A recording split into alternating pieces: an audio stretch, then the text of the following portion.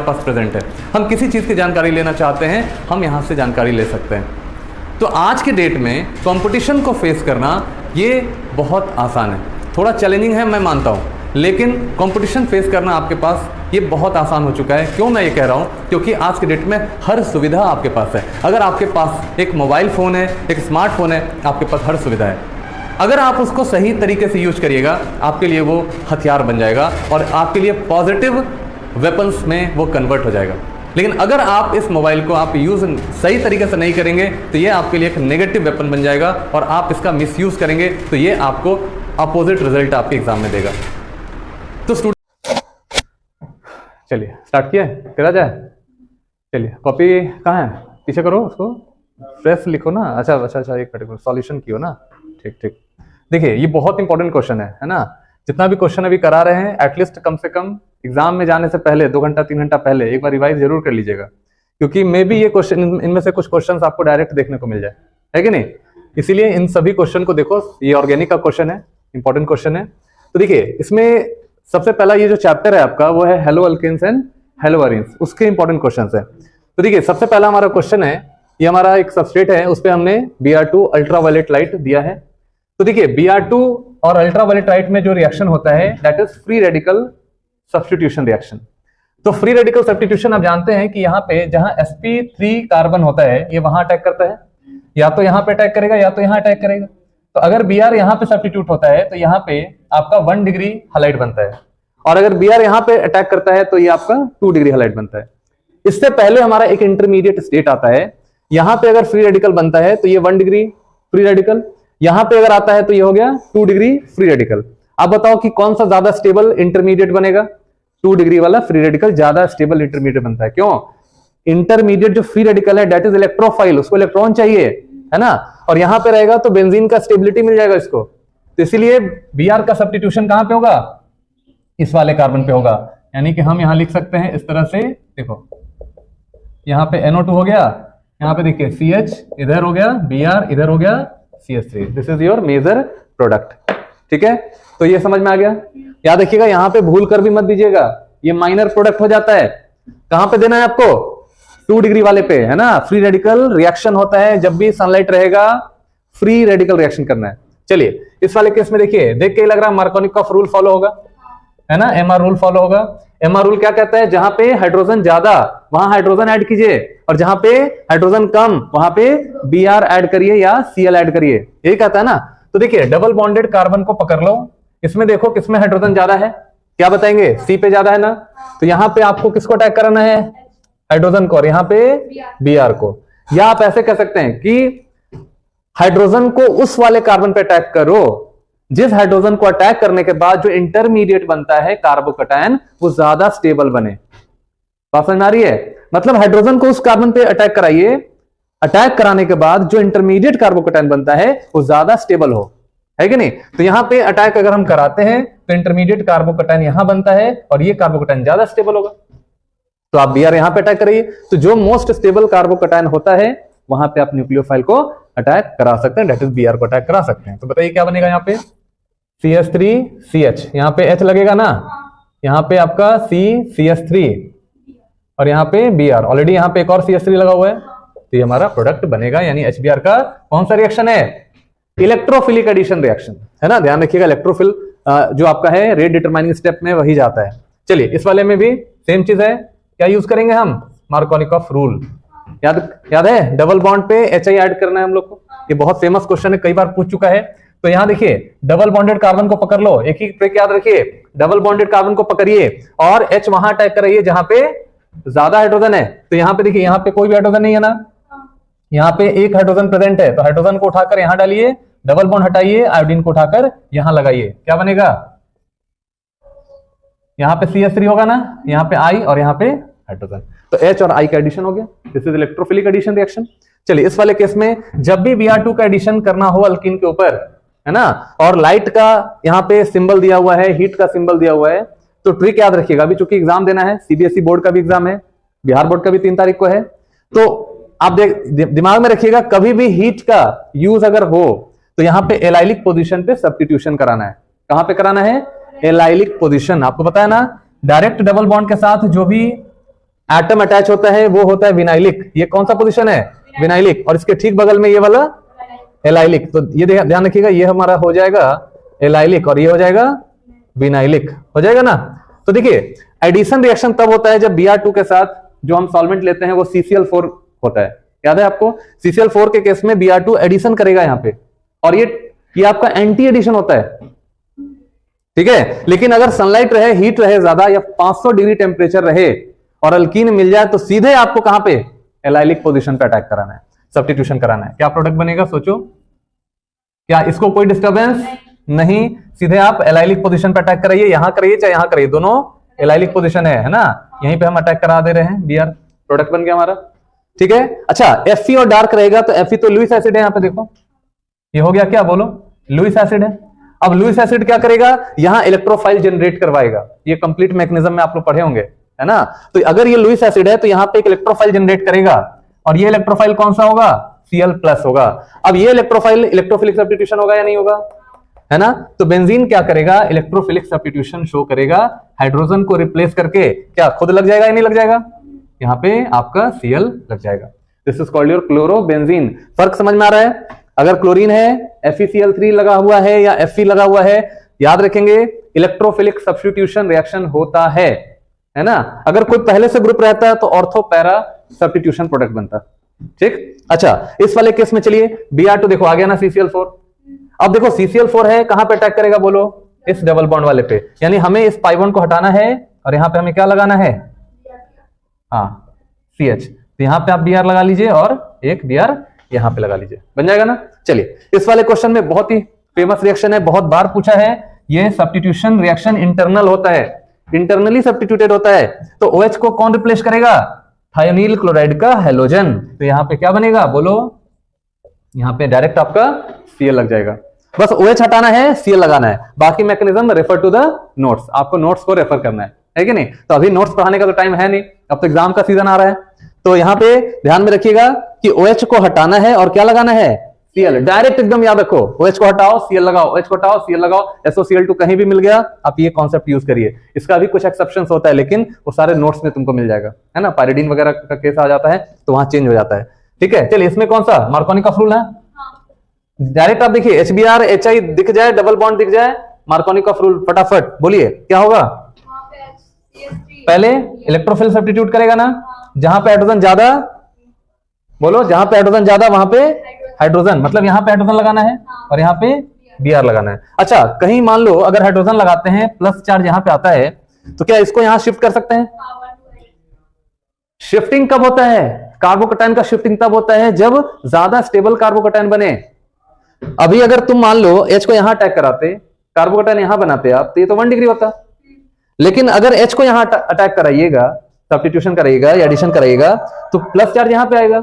अब बताओ ये प्लस चार्ज 2 डिग्री है कि नहीं है? अब अगर तुम यहां से यहां ले जाओगे कार्बोकैटायन को शिफ्ट करा के, तो ये भी आपका 2 डिग्री ही रहेगा, है ना। स्टेबिलिटी का मतलब है लेस स्टेबल से मोर स्टेबल जाना, कांस्टेंट नहीं रहना। कहीं किसी का प्रमोशन होता है तो क्या होता है? ऊपर जाता है ना, एक स्टेप ऊपर चला जाता है या 2 स्टेप ऊपर चला जाता है।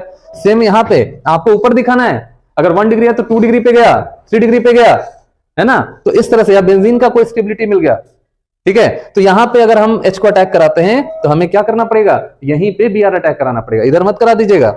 हाँ अगर बेंजीन होता है यहां पे, तब आप यहां शिफ्ट करा सकते हो। क्यों? क्योंकि बेंजीन का स्टेबिलिटी मिल जाएगा उसको। बात समझ आ रही है? तो हमारा प्रोडक्ट बनेगा कौन सा? देखो प्रोडक्ट हो जाएगा CH2, है ना। CH यहां पे क्या लग गया बोलो? Br, यहाँ पे CH3। तो इस साइड का हमारा हो गया ना। चलिए आते हैं हम इस साइड में। यहां पे देखिए HCl है, अल्कोहल है ना, बोलो कौन सा carbon? sp3 carbon. sp3 carbon कौन सा रिएक्शन फॉलो होगा? यहाँ पे रिएक्शन फॉलो होगा SN1 और कार्बोकैटायन इंटरमीडिएट फॉर्म करेगा, है ना। सब्स्टिट्यूशन ऑफ न्यूक्लियोफाइल, कौन सा न्यूक्लियोफाइल बोलो? यहाँ पे Cl आपका इसको रिप्लेस करेगा यहाँ पे OH को, प्रोडक्ट आपका बनेगा। डायरेक्ट बताइए OH को कोई डिस्टर्बेंस? कोई डिस्टर्बेंस नहीं, CH2 और Cl बन गया। हाँ बाकी बाई प्रोडक्ट पे हमको ध्यान नहीं देना है। चलिए इस वाले केस में सेम चीज, कौन सा रूल फॉलो होगा? Markovnikov rule. क्या होगा बताओ? कहां पे लगेगा? यहाँ हाइड्रोजन ज्यादा है ना, तो इधर लगा दीजिए हाइड्रोजन, इधर लगा दीजिए Br, प्रोडक्ट बन जाएगा। देखो यहाँ पे लगाना है Br और यहाँ पे लगाना है H, हो गया प्रोडक्ट। चलिए इस वाले केस में सोडियम डाइथर, कौन सा रिएक्शन? हाँ, उर्ज रिएक्शन। क्या होता है? सिमेट्रिकल अल्केन का फॉर्मेशन होता है ना। अगर हमारा ऑड कार्बन है या इवन कार्बन है, दोनों मिलकर इवन कार्बन ही देता है। यानी हमारा यहाँ पे देखो, इसमें ट्रिक याद रखिएगा कि यहाँ पे 2 मॉलिक्यूल ऑफ या 2 मोल ऑफ Na आपको लेना है। यहाँ पे भी कितना मोल लेना है? 2 मोल। तो यहाँ 2 Na और 2 Cl बाहर चला जाएगा और इसी साइड से ये सेम आपका अटैच हो जाएगा ना। क्या हो जाएगा? CH3 CH CH3। और देखिए इधर से क्या अटैच होगा? सेम यही चीज अटैच कर दो। एकदम ट्रिक है, एकदम याद रखिए। बात समझ में आ रही है? नाम लिखने के लिए कोई बोलेगा, मेन चेन सिलेक्ट कर लेना। यहाँ पे देखो ये हमारा मेन चेन हो गया 1 2 3 4। आपको दे सकता है कि which one of the option is correct, option के फॉर्म में भी दे सकता है ना। तो आपको बताना है यहाँ पे 1 2 2 3 डाइमिथाइल ब्यूटेन। नाम क्या हो जाएगा? 2 3 डाइमिथाइल ब्यूटेन। ये हमारा प्रोडक्ट होता है। चलिए बात करते हैं हम यहाँ पे AgCN, है ना। देखिए 2 तरह का केसेस था, एक NaCN का केस था या KCN, एक था AgCN। अगर हम सब्स्टिट्यूशन कराते हैं AgCN से तो आइसोसाइनाइड बनता है, और अगर KCN से कराते हैं तो साइनाइड बनता है। इसका भी रीजन हमने बताया था और ये क्वेश्चन आता भी है आपको, 2 नंबर का क्वेश्चन भी आता है ना, कि वाई AgCN फॉर्म आइसोसाइनाइड और वाई KCN फॉर्म साइनाइड। ठीक है, तो यहाँ पे ये क्वेश्चन देखो, ये हम लॉन्ग क्वेश्चन जब डिस्कस करेंगे ना तो उसमें ये बात डिस्कस करेंगे। याद रखिएगा, एकदम दिमाग में फिट कर लीजिए। AgCN अगर रहेगा NC लगेगा, सब्स्टिट्यूट होगा, Br हटाएगा, NC जुड़ेगा। और अगर KCN रहेगा तो क्या होगा? C के थ्रू सब्स्टिट्यूशन होगा, है ना। कोवलेंट का चक्कर यहाँ पे रहता है। तो लॉन्ग क्वेश्चन करेंगे तो उसमें हम डिस्कस करेंगे आपको। यहाँ पे क्या लगाना बेटा, बोलो? NC। आई बात समझ में? खत्म कहानी। चलिए इस वाले में देखिए, अल्कोहल है और KOH है, इसका मतलब यहाँ पे हमारा एलिमिनेशन होगा। क्या होगा? अल्कोहलिक बेस दिया हुआ है, देखिए this is your alcoholic base दिया है, तो ये बेस का काम करेगा। अल्कोहल नहीं रहता तो सब्स्टिट्यूशन होता, अल्कोहल है, लार्जर ग्रुप है, तो ये आपका बेस बन जाता है। ये भी क्वेश्चन आता है 2 नंबर में। ठीक है, आप एग्जाम दे रहे हैं बोर्ड के लिए तो ये सब चीज एकदम पता होना चाहिए, है ना। तो बताइए क्या होगा यहाँ पे? अल्कोहलिक मीडियम है ना, तो यहाँ पे हम लोग क्या करते हैं? बीटा एलिमिनेशन, है ना। तो चलिए यहाँ देखते हैं, Br जिस कार्बन से वो अल्फा, उसके ठीक बगल में β1 β2, तो दोनों साइड से आपको प्रोडक्ट बनाना होगा। यहां से Br निकालिए, यहां से H निकालिए, डबल बॉन्ड यहां पे आएगा, एलिमिनेशन। यहां से Br निकालिए, यहां से H निकालिए, डबल बॉन्ड उस साइड बनेगा। तो बताइए प्रोडक्ट हमारा CH3 CH double bond, sorry CH2 CH double bond CH और यहाँ पे CH3। अब एक तो हमारा अल्कीन बन गया ना। अब ध्यान से देखो कि अल्कीन जब बनता है तो हमें मेजर प्रोडक्ट फाइंड करना होता है, और इसमें ये हमारा रिजियो सेलेक्टिव रिएक्शन है। रिजियो सेलेक्टिव का मतलब होता है कि आपका अगर मोर देन 1 अल्कीन बन रहा है तो 1 अल्कीन में हमें क्या करना है? हमें एक मेजर प्रोडक्ट ढूंढना पड़ता है। ठीक है, तो मेजर प्रोडक्ट हमें कैसे पता चलेगा? मेजर प्रोडक्ट होगा जिसमें आपका ज्यादा क्राउडिंग हो। याद है सैडजेफ रूल, है ना। सैडजेफ रूल ने क्या बोला कि more crowded alkene is major product, है ना। तो सैडजेफ में यहाँ पे ये कहा गया। आप ऐसे भी देख सकते हैं कि हाइपर कॉन्जुगेशन स्ट्रक्चर जितना ज्यादा बनेगा, है ना, वो उतना मेजर प्रोडक्ट फॉर्म करेगा। आए बात समझ में? तो यहाँ डबल बॉन्ड बन सकता है। दूसरा डबल बॉन्ड बेटा कहां बनेगा? यहाँ पे। लेकिन यहाँ पे क्राउडिंग क्या है? कम है। इस साइड नहीं है, इस साइड क्राउडिंग है, एक साइड नहीं है, इसका मतलब हमारा वो माइनर होगा और ये क्या हो जाएगा? मेजर प्रोडक्ट होगा। तो क्लियर हुआ यहाँ तक? तो हमें क्या बनाना है मेजर प्रोडक्ट में? This side. अगर आपसे ये पूछता है कि how many geometrical isomers are formed, geometrical isomer पूछेगा तो बताना यहाँ पे 2 आइसोमर बनेगा, है ना। ज्योमेट्रिकली 2 आइसोमर बनता है। चलिए इस वाले में आते हैं। What kind of reaction is this? Friedel Craft reaction. नहीं, Friedel Craft, that is not chlorination, this is Friedel Craft reaction.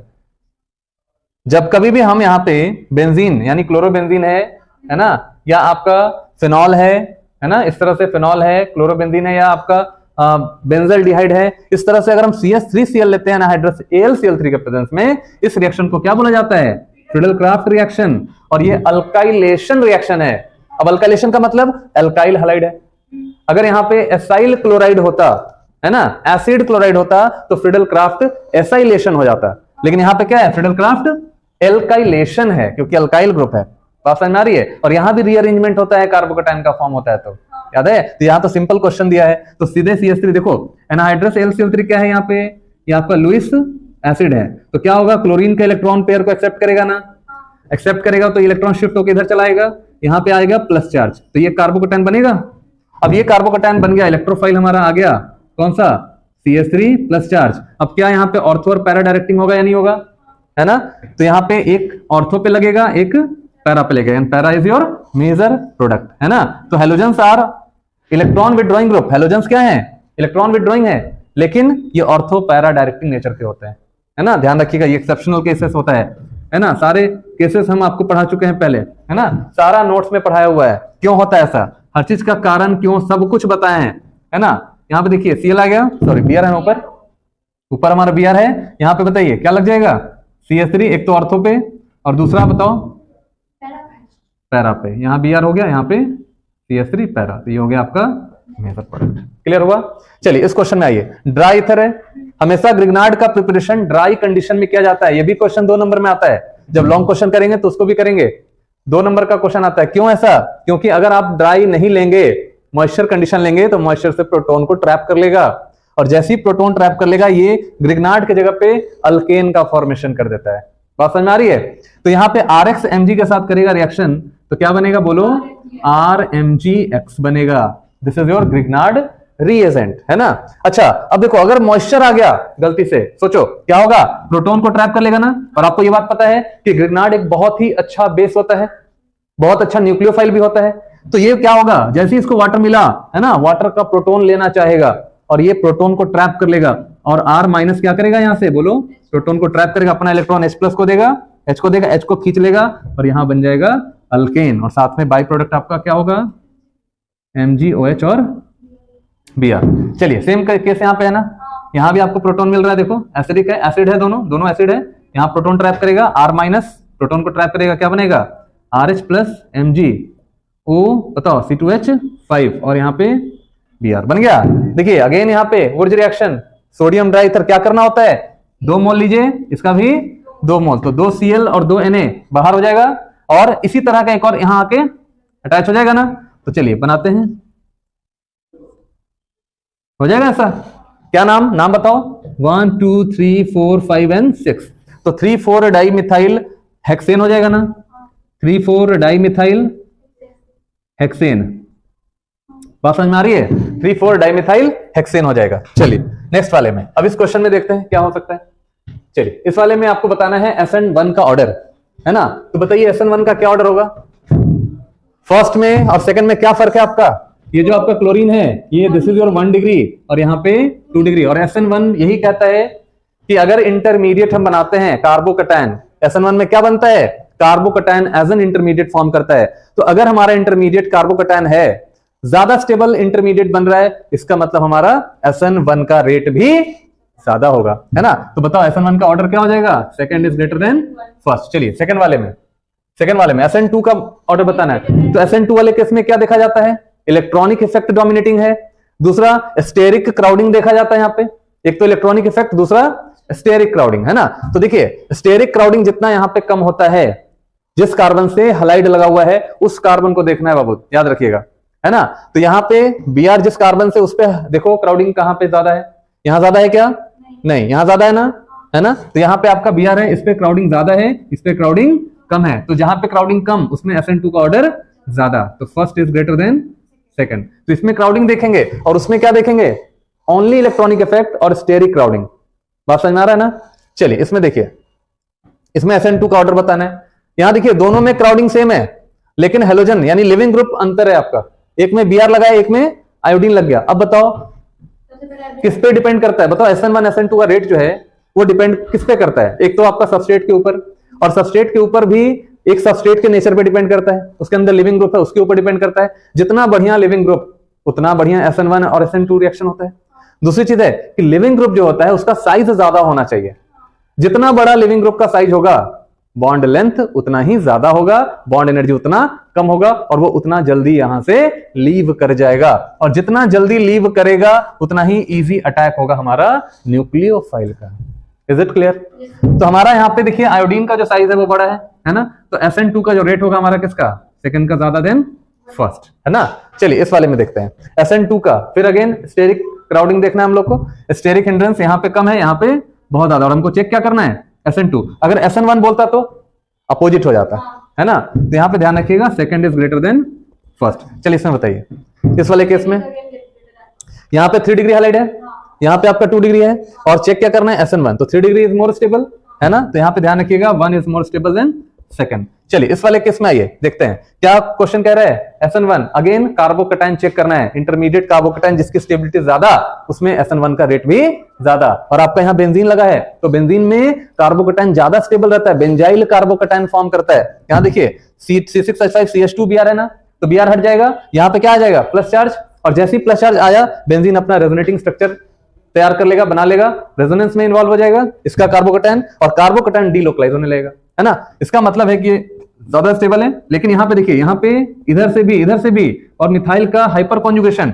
इन दोनों का रेजोनेंस इफेक्ट, इसका हाइपर कॉन्जुगेशन कितना स्टेबल हो रहा है ना। हमको चेक करना है SN1, इसका मतलब है कि स्टेबल जितना ज्यादा कार्बोकैटायन बनेगा उतना ही ज्यादा SN1 का रेट होता है। तो बताइए सेकंड की फर्स्ट, सेकंड ना, सेकंड ग्रेटर देन फर्स्ट, क्यों, स्टेबिलिटी बढ़ गया। याद रखिएगा SN1 में सीधा सीधा आप देखो बेंजीन लगा है ना, बेंजीन लगा है, जितना ज्यादा बेंजीन है उतना ज्यादा स्टेबल, SN1 का रेट उतना ही ज्यादा।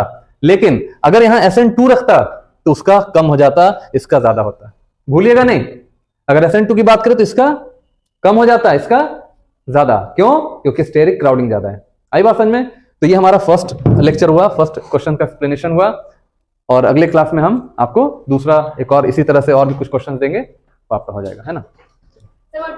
Okay, thank you, wish all the best.